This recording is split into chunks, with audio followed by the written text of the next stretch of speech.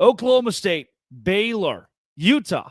Everyone is being devoured by the terrible, evil BYU Cougars. This is a Locked On Big 12, Locked On Oklahoma State crossover.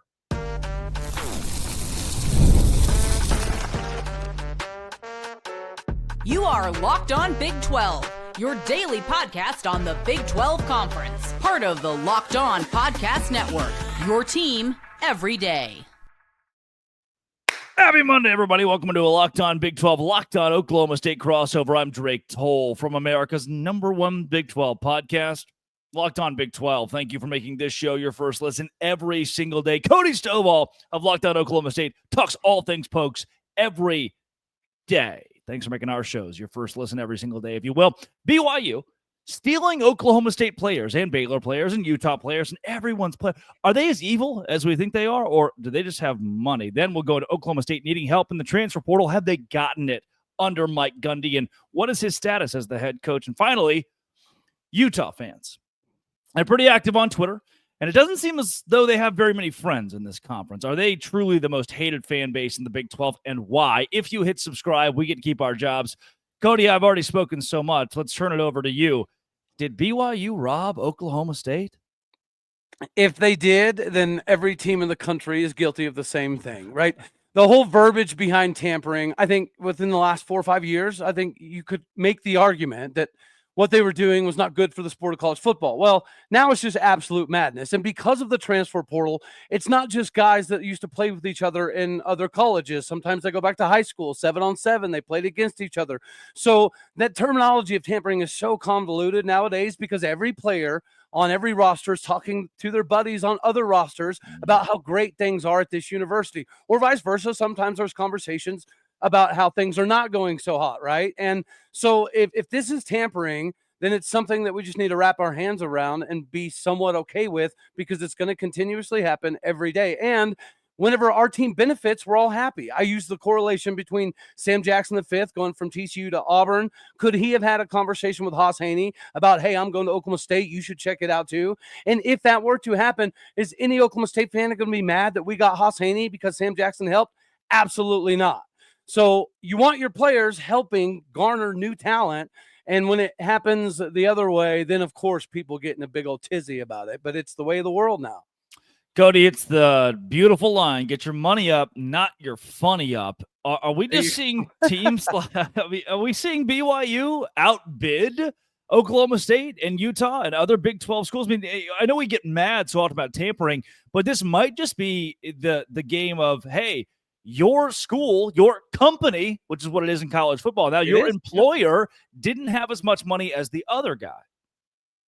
Well, and sometimes in these exit meetings, right, they make determinations. When I say they, I mean the coaching staff, that even though what you did in spring may not be the correct vision for when we roll into the season, so you may have got the most snaps as the starter per se, but maybe we realized after spring that that's still not quite the right direction, so we're going to continuously bring guys in to try to fill the void of what the direction should look like. And I think that's one thing that not everybody's taken into consideration. Some of these guys aren't leaving because they don't fit in. Some of them are leaving for external reasons. One of those behind Justin Kirkland is he's a Utah dude with family in Utah, with buddies that play for both Utah and BYU. So him returning home was almost just kind of common sense. It'd be the same as if a former Oklahoma guy grew up in Oklahoma, left for, say, Colorado, I don't know, like Taj McCoy, and decided I wanted to come back home and be closer to my family. Does that mean there's nefarious intent behind it? Absolutely not. It's just the way of the world now. And the transfer portal has made it this way. It is what it is. People are making mountains out of molehills, especially Utah people of all. Yeah, I think Utah is more upset than Oklahoma State that BYU has acquired an Oklahoma State player. It seems as though the Utes are, and in any classic rivalry, that's kind of the way it goes, right? Auburn fans are always mad at Alabama fans because they're paying players, but Auburn fans are notorious, or Auburn is notorious for paying players. That's how it goes in great rivalries. I'm not upset with that part. What's crazy to me, and I think you hit the nail on the head with this, is, and your answer, I believe, is going to give more light to it. Is it the case that BYU is not the only school offering Oklahoma State players? Are there other universities actually trying to take away athletes from Mike Gundy? Well, go figure that one, because you and I both know that if Utah would have won the services of Justin Kirkland, there would have never been this narrative put out that BYU got Kirkland because they're tampering, because he was visiting the same amount with Utah as he was with BYU after the spring game, after the exit meetings. He gave both of them the same opportunity. The difference is BYU ended up winning out. And that is the only reason you're seeing this butthurt ridiculousness out of Utah country, because if they would have won the services of Justin Kirkland, there would have been no tampering. This would not have been a problem, but instead they lost. So it is. And I think that's a microcosm of their embodiment of being in the Big 12 thus far. If you're a BYU fan, let's tip it over to them really quickly. Should you feel guilty for your school having money? Because, and I'm sorry, I'm going to kind of load the question here a bit for you. BYU for a long time has had this honor code thing where if you even sneeze at that sucker, smell you. Doesn't matter who you are. If you're in the NCAA tournament and you do something wrong, hey, you're one of our best players. Sorry, you're not playing our next game. Like they're very serious about it. And now all of a sudden, the NCAA says, whatever, pay players. It's cool with us. BYU, to me, is just taking advantage of what is legal. Now, like they're saying, hey, we've always had money. We didn't spend it because it was illegal, and we are that kind of prestigious university in a faith sense. From my angle, they're just kind of doing what you can and spending money. If you're a BYU fan, should you feel guilty for this? Well, and how about they go ahead and be logical about it? How dare they, Drake, try to get a kid from the state of Utah to come back home? I think that's something that all colleges are doing in this transfer portal era, including Oklahoma State. We're bringing Okies that got out of the state back from other colleges, because if you can lock down your state, traditionally speaking, you're going to have a pretty advantageous route when it comes to recruiting. So I think that's all this is they're getting a local guy to come back home simply because things are still a little bit, I don't want to say sketchy, but obviously the defensive line coaches feel like we don't have quite enough yet to do what they want to do. Or otherwise, Justin Kirkland would still be a Cowboy. He didn't leave when we had a 3-9 season. He didn't leave when we fired every coach on the staff. He didn't leave when we hired all these new coaches. He didn't leave when we changed the defense, right? He's had so many opportunities to go back home if that's all he wanted to do. But he let it play out because he wanted it to work in Oklahoma State. It just clearly was not. So then he had to do what was best for him. And this is going to continue to happen. So BYU fans shouldn't feel bad about it. They should feel elated about it. And they should also appreciate the fact that because of the butthurt tendencies that Utah fan base has decided to operate within, Justin Kirkland was like trending one of the top things in the Big 12 the other day. That's got to be good for him, BYU, and NIL marketability, which is what this is all going to be about at the end of the day. When you only have a couple of years left, Drake, you're going to have to capitalize, right? If you're not a surefire NFL draft pick quite yet, and you've had 3-4 years worth of development, you're going to have the opportunity to prove it. And maybe Oklahoma State system just is not going to be advantageous for Justin to do that. Coming up, is Oklahoma State system advantageous for anyone? It is for some transfers who've come in to change everything. This is a Locked On Big 12, Locked On Oklahoma State crossover.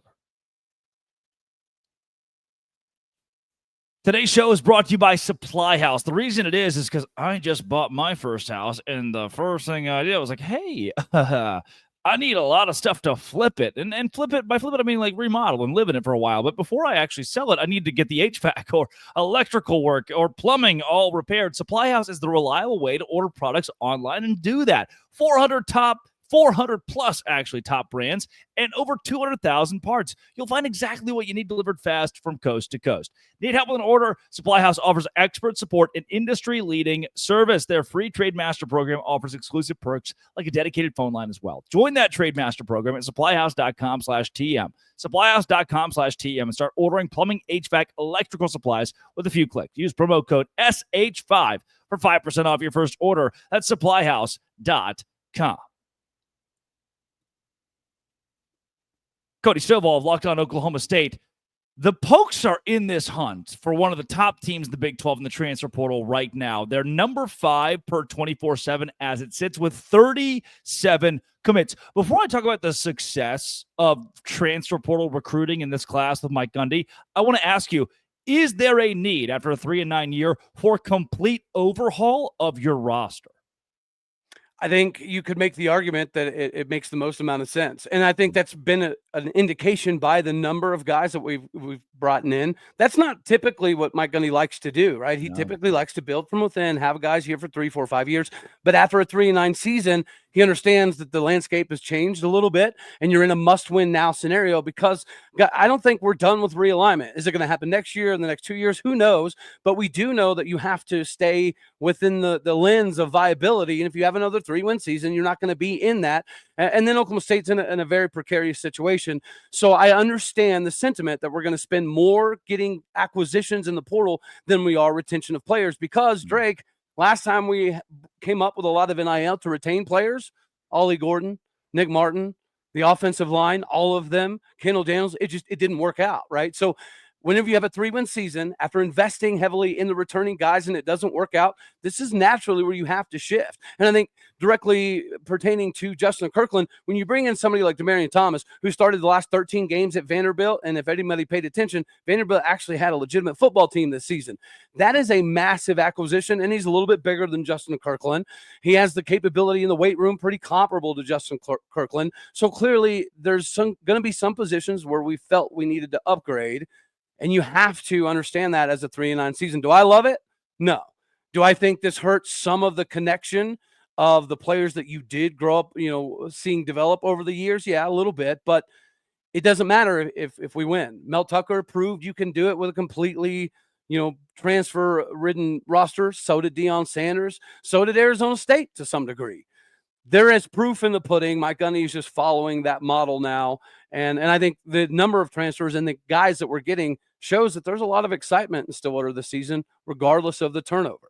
I think my big question with this, and it'd be hard for you to answer, but I want you to try to give some foresight that I don't have, is in the case of Deion, he goes 50 players, 25 players. He starts to shrink his portal classes the longer he's there, as he begins to consider, hey, now we're starting to build continuity. Right. Mike Gundy had to hit the reset button. The administration effectively told him, hit that reset button, clean house, and try harder. Otherwise, it's your job on the line. Is Oklahoma State in a cycle where they're going to go 40 portal guys, 20 portal guys? Or do you think that Mike Gundy is going to revamp his entire mindset and just go heavy portal year in, year out from here on out? Well, this is a results-driven industry, and I think it's going to be based on the results, right? If he turns this thing around and say we go 9-3 next season, then clearly what he did worked. So do you have to do it again next year because you overloaded on a bunch of senior-level transfers? It's very likely. But I do believe that the same way he always felt like through development every 3 or 4 years, Oklahoma State compete for a Big 12 title, so on and so forth, that might be the same approach.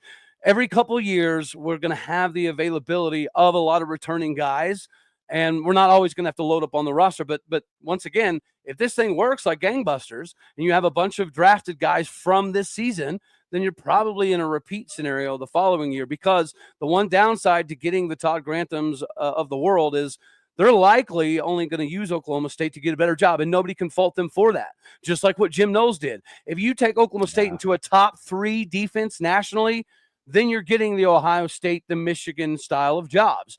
And I think we're okay with that. But Mike Gundy hasn't been okay with that throughout his career. This is kind of a new thing for Gundy to understand. Just bring in the best guys that recruit the best way, that can bring in the best talent. And if it works out and you have to continuously rehire, so on and so forth, it's going to be okay in the end.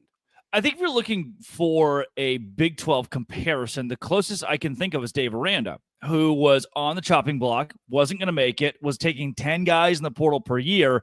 And then after a 3-9 campaign, the administration said, look, reverse it or you're fired. And the way he reversed it was with taking a much bigger, I should say, portal class, and then winning 9 games at Baylor last season.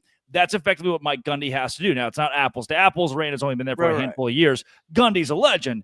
But it was that same aspect of, you've really got to hit the portal hard. Otherwise, your job is on the line. I'm not sure if that's the Big 12 culture. I'm not sure it's Oklahoma State's culture they want. In my mind, I want your opinion on this. I'm going to make a statement and then get your response.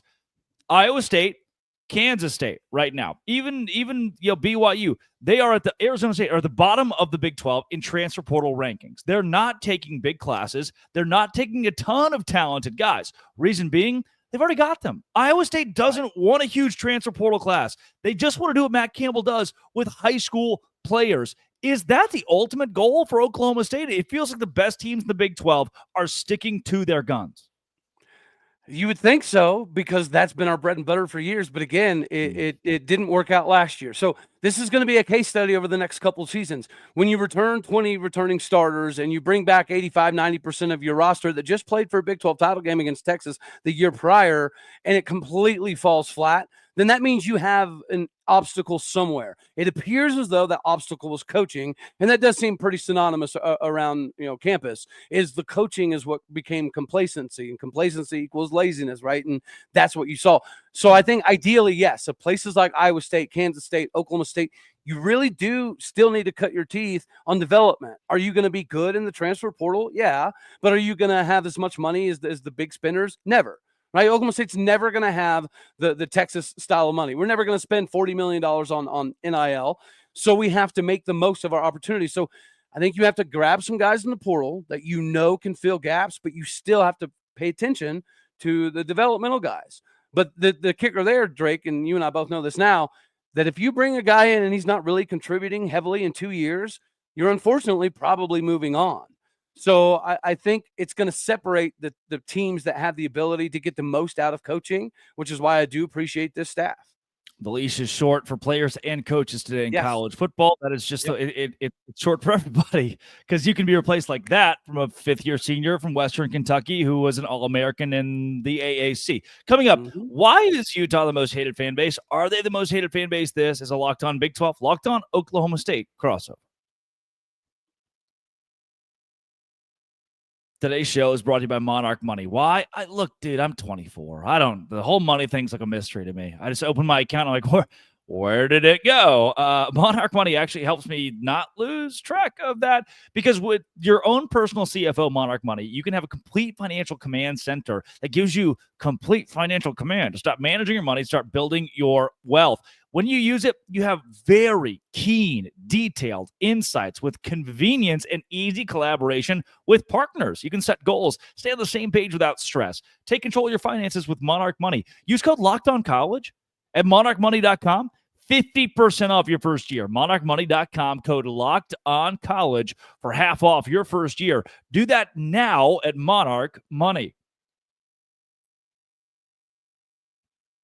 Cody Stovall, Locked On Oklahoma State. Look, there's the whole BYU-Utah kerfuffle about stealing players, and Utah is more mad than most of the universities that are actually being tampered with, if they are being tampered with by BYU. Utah fans are up in arms about that. They were up in arms when they joined the Big 12. I asked a couple of other hosts in this conference or on Locked On this question. I'm going to ask you, is Utah the most hated fan base in this league? Do they deserve it? If so, what have they done to earn that title? Absolutely. Unfortunately, they have earned it in spades, and it's primarily just because of arrogance and the pretentiousness. Right before they even got in the league, they were talking down about how they didn't belong in the truck stop league and they were better. You know what I mean? They fancied themselves as an automatic Big Ten invite. So that wasn't a good look. And then when we did finally throw them the life raft that prevented them from staying in G5 irrelevance, nobody was appreciative about it. And then they come in with all of that arrogance, with all of that hyperbole about how they're going to run everything, and they do the opposite of that. Now, I'm not saying Oklahoma State was gangbusters either, but we didn't run around saying that we were better in this conference and we deserved to be in the SEC, and we should have gone with OU and Texas, blah, blah, blah.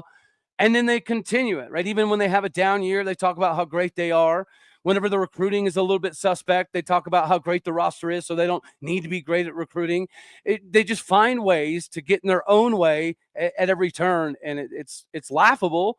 I think a lot of us do appreciate them for that, because you do have to have somebody to poke fun at. And here's the deal.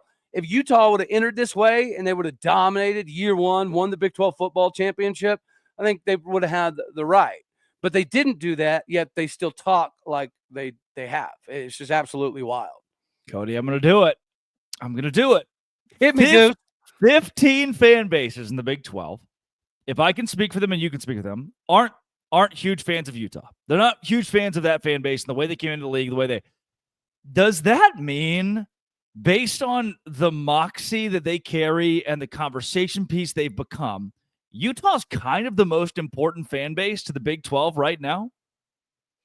I mean, if you're judging things based off the metrics of engagement and clicks and things of that nature, then yes, I do think from a fan base of that size, it would be beneficial if they would get behind the league.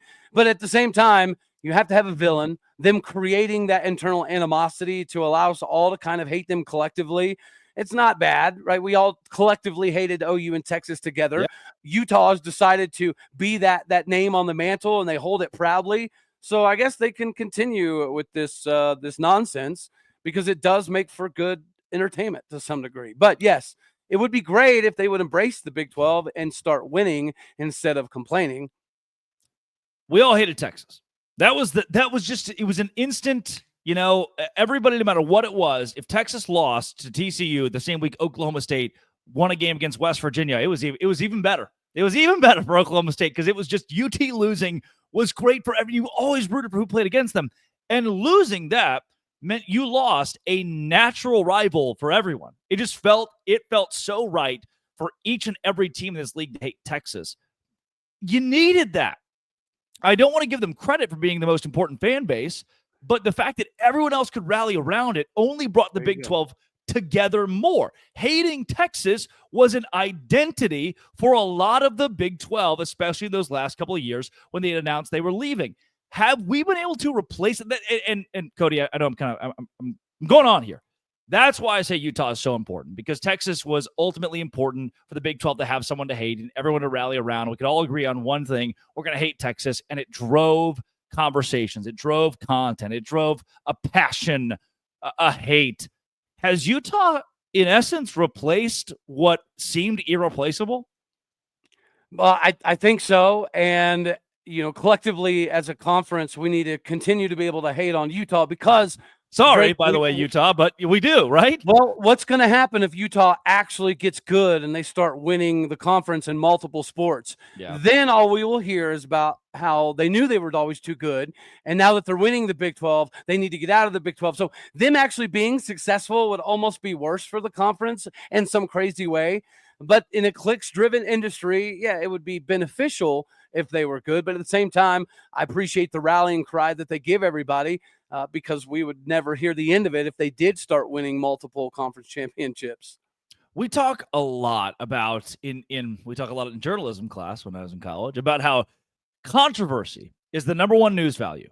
It is you always turn the news on. It's politics and war and famine, and the reason being is if you do the story about the cute kid from down the street who won the spelling bee, no one clicks on it. No one cares. They like the crime. They like the arguments. They like the see that what the police are up to today. And the same thing goes in sports. Everyone loves to hate somebody. Someone tweeted, I work for the Savannah Bananas organization. Someone tweeted recently, I don't hate the Savannah Bananas just to hate them. I hate them because I hate entertainment. In my sports, I hate them because I want more hate. And I was like, wow.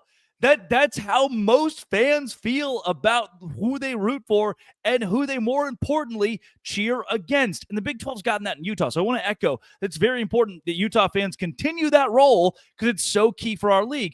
But Cody, then again, I start to feel bad sometimes because truly there are some, few and far between, good UT fans. There's Daniel from Groesbeck, Texas, who you're like, you know what? Yep, your grandpa played left tackle for them. I get it. I hate this for you. Yeah. I feel like 90% of Utah fans are getting a really bad rap for the 10% that are just really vocal. I don't know, man, because unfortunately, I don't necessarily see that 10%. I feel like it's almost reversed. In a relationship, right, you want somebody to go 90 while the other comes 10. I hear that Utah fans are by and large saying that we're not all that way. But what you see more often than not is Utah fans being that way. Yeah. So perhaps they're not that way 24/7, but unfortunately, the most visible vocal group is 100% very, very pretentious. And they're just like Texas, and they have to be the villain. And you mentioned the political side. I think there's some parallels there. There's always going to be politics on who's going to be playing, right? There's going to be, so we mentioned complacency earlier on behalf of Oklahoma State. Well, some of that is going to be because some of those coaches may have recruited a player that had been there for 5 years. So he was going to politic for his guy to start, even if his guy maybe wasn't the best to be on the field. That stuff is political. Whether you're going to fire coaches or not for no reason, that's somewhat political. And you're going to draw the ire of several fan bases around the country in doing so. So ironically, it is click-based, but it's also based on politics now. The NCAA, the way that they handle different organizations, it's political. They don't handle the SEC the same the way they handle the Big 12. So I guess to some degree, we appreciate the chaos that Utah provides because they're almost an extension of the chaos the NCAA provides. Sure. And I've heard directly from college football coaches. I mean, I'm talking big name coaches that they could not, as an assistant, start the kid they wanted to because the kid who was starting was getting more NIL money, was getting more from donors. It's not just politics within the program. It's politics amongst donors now who are paying for so-and-so quarterback to play. And even when they suck, you can't bench that. You cannot bench them because so-and-so with the big last name who helped build that little part of the stadium over there says they must play. It's gotten that bad. But because of that, we have storylines such as those to talk about, and Utah fans to talk about because they fit in that same category of controversies. Cody Stovall, fast-paced show today. Where can folks find more of your work and more on not just Oklahoma State? I know you talk a lot about different Big 12 schools and the comparison between the Cowboys and others that do it in this conference. Yeah, obviously the Locked On Oklahoma State stuff, YouTube, all of the podcast stuff. I do cover 7-on-7 and some recruiting and scouting for 7-on-7 Sports, Epic Sports. So if you see me out and about, feel free to throw stuff at me. I might be able to catch it. Who knows? That's Cody Stovall. He may have gone to the school for kids who don't read and write too good, but he's very good at talking and very good on today's show. Make sure that you follow him on all platforms at, what's the Twitter one again? It's a funky one. It's like at All Day O State. That shows my technological advanced abilities. That is not what I put in, but that's what like the auto population did. It reversed what it was supposed to be, but I roll with it. It seems to be working to some degree. That's working well. That's Cody Stovall. This has been It Always Will Be Locked On. Thanks for making it your first listen every single day. A crossover between Oklahoma State and Dose Grande.